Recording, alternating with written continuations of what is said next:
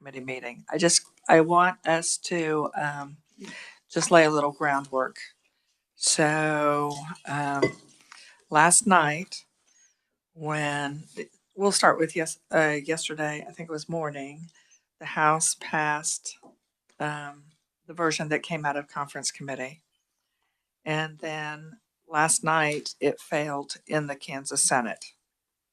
And just a few minutes ago, the House passed the budget bill, which means when we get back and vote on a couple other bills in a little bit this afternoon, the Senate will be addressing the budget bill. But I guess the thing I want to make abundantly clear as we move forward as a committee, conference committee, in the budget that just got passed by the House, and we will wait and see what happens on the Senate side, but there is not any money for K-12 funding. That is not budgeted in the budget that just got passed by the House.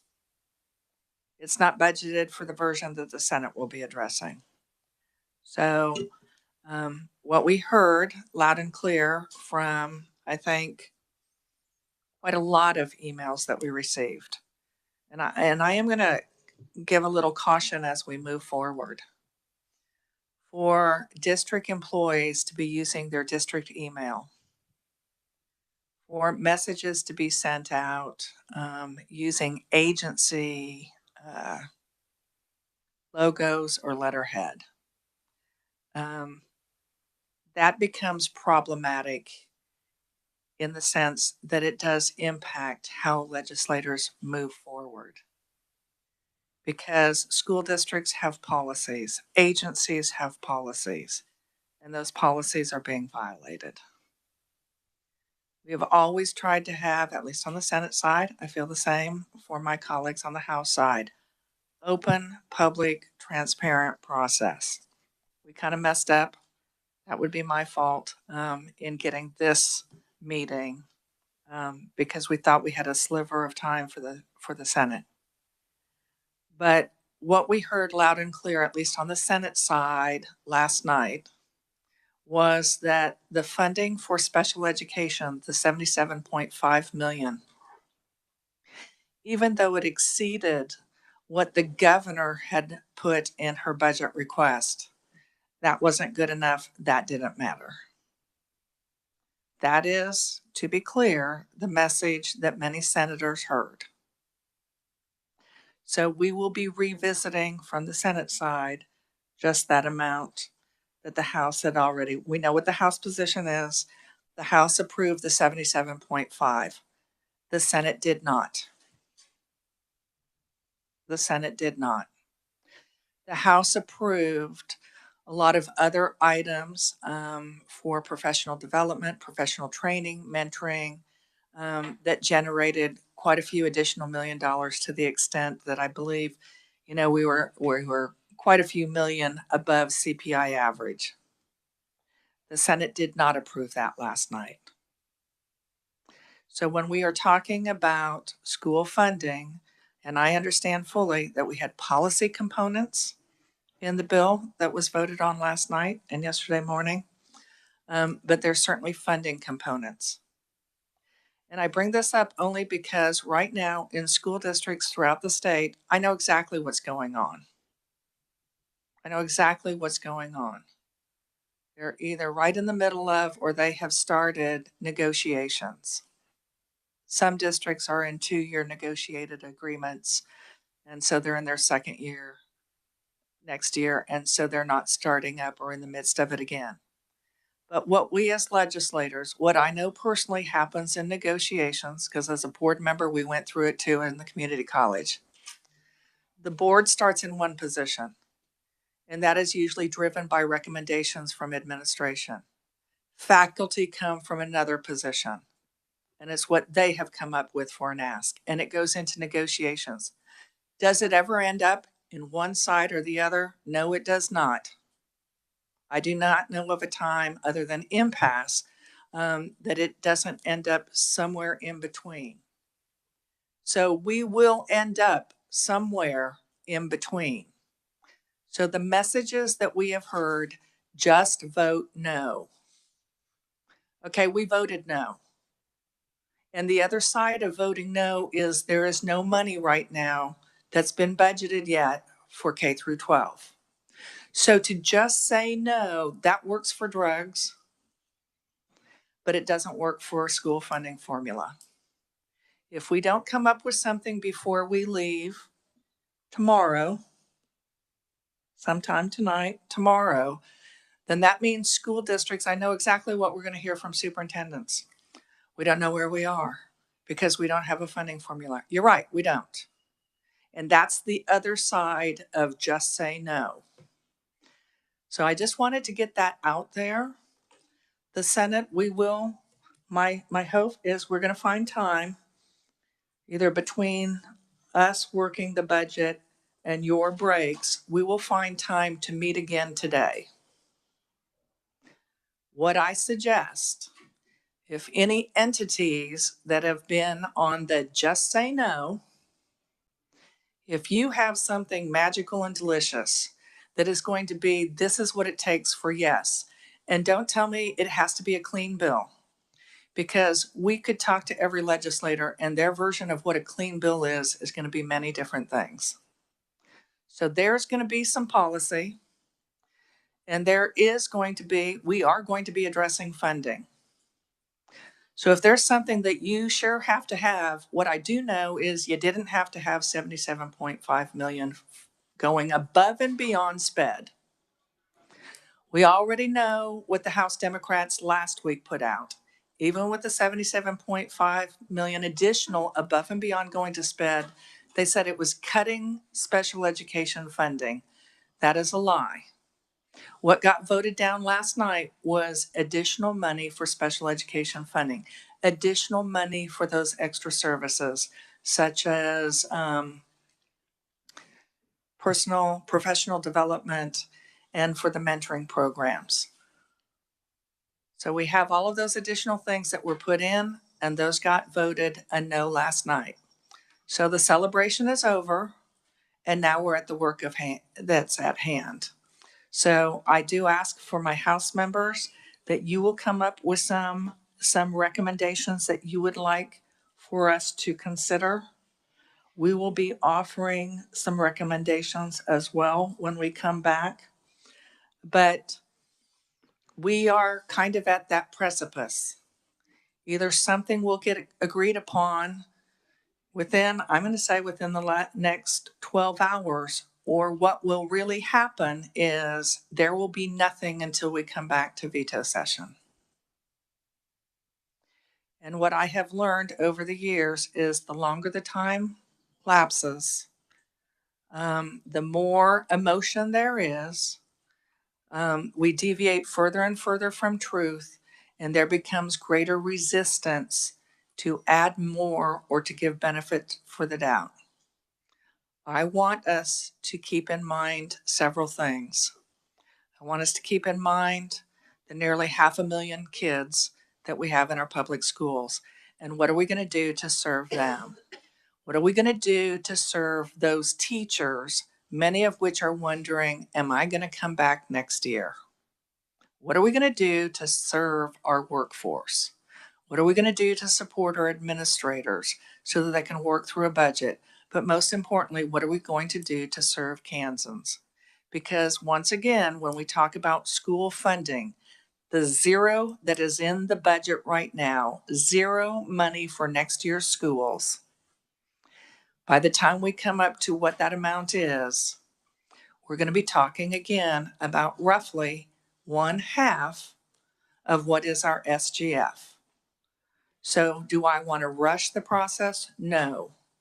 But it is going to mean we have to come to an agreement so that we have enough votes to get it to the governor to sign. Madam Chair, Co-Chair. Yeah, thank you, Madam Chair. And I'll be brief, but I would just say, as I read some of the media that came out, it said that the bill used accounting gimmicks to falsely promise that special education will be fully funded. It just kind of makes me laugh about that. Local option budget money that's attributable to special education kids, that's raised for that purpose, that's honest, that's transparent. That's accountable. You don't raise money for at-risk kids and not use them for at-risk kids. That's by law. You don't raise money for bilingual kids and not use them. That's law. The only other special population of vulnerable children that we don't require it by law is special education, and that is wrong. LOB should be counted in every Kansan that understands this. Every Kansan that understands you don't raise money for something and not use it for that. That's dishonest. That's flat out dishonest. So regardless of what the end game is, and we'll figure it out, and we'll have a solution. From my perspective, that counts. It matters. It matters to be honest to our taxpayers, to our voters, and to our schools. And I don't believe the message has been truthfully shared, and therefore it has been misunderstood. So, Madam Chair, I look forward to working with you, and yeah, I'm confident we'll have a good solution. Thank you. And I want to say again, we have folks that are here in the audience. We have individuals that are watching. I do want to say thank you to the Department of Education, because I know that when I've contacted Gabriella, our Deputy Secretary, when I've needed additional information, Jennifer, our revisers as well, you've gotten that to us. There is a lot of confusion, and we understand the confusion because most folks, I will say this, a parent that has a special ed child doesn't care about the term LOB. They just want to know, is their child going to receive services? A superintendent that's only getting about a 35% distribution for SPED is concerned about, how can I provide services? As a legislator, I'm pretty darn concerned about an email I received from someone that is a school district employee. It was sent on the school district email, but it said, are you okay with kids being put in a room with a pair where no educational instruction is being provided? And I said it on the Senate floor, and I will say it in this committee. No, I'm not okay with that. I'm not okay that that is going on in a school district. But saying no to additional funding, saying no to school funding at this point doesn't resolve that problem. And to have special ed kids in a room with just a para when no instruction is occurring, that to me is a violation. That would be a violation of not only state law, but federal law. And I'm not going to turn a blind eye to that. It has to be addressed. So we are going to continue work forward. I do. Each of you that represents different groups, if you have, I've got to have this, I've got to have this, I can't have that, we need to know, because what I do know is you're going to be lobbying my colleagues. So if we continue to have the vote for no, then we're going to continue to have $0 going to schools for next year until we get to a vote for yes. For my ranking minority, would you like to add anything?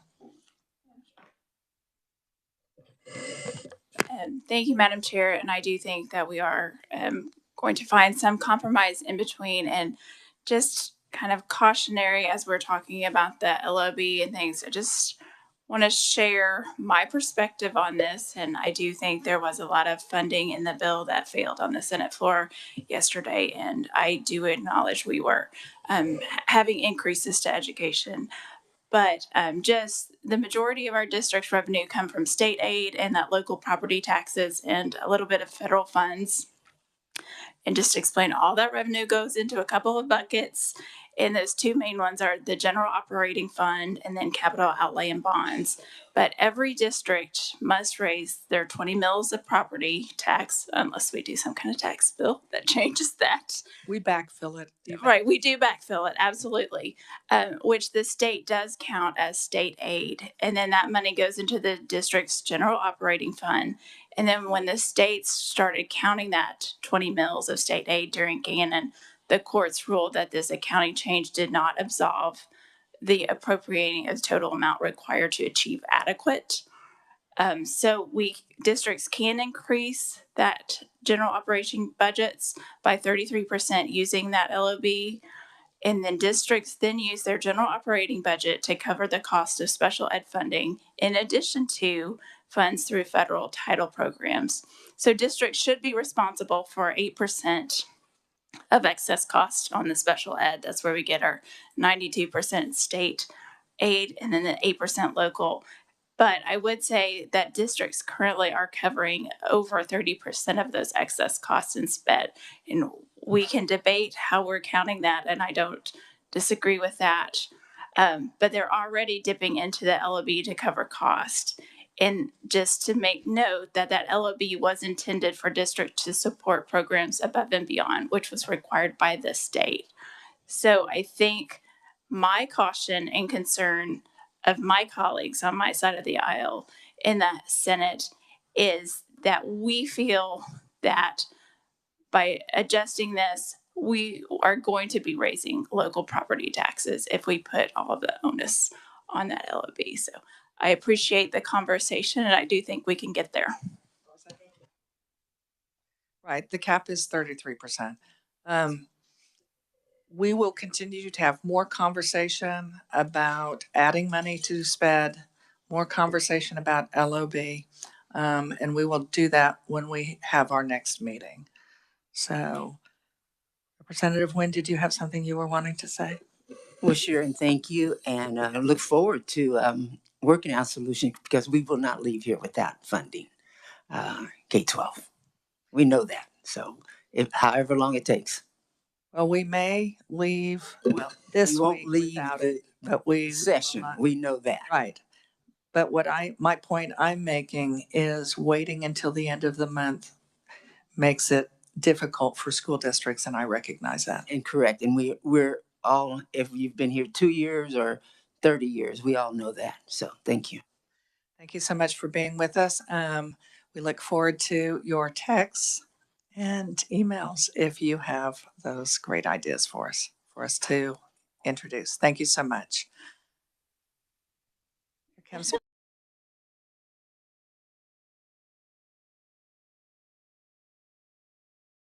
have any comment now that you're out of breath before we close?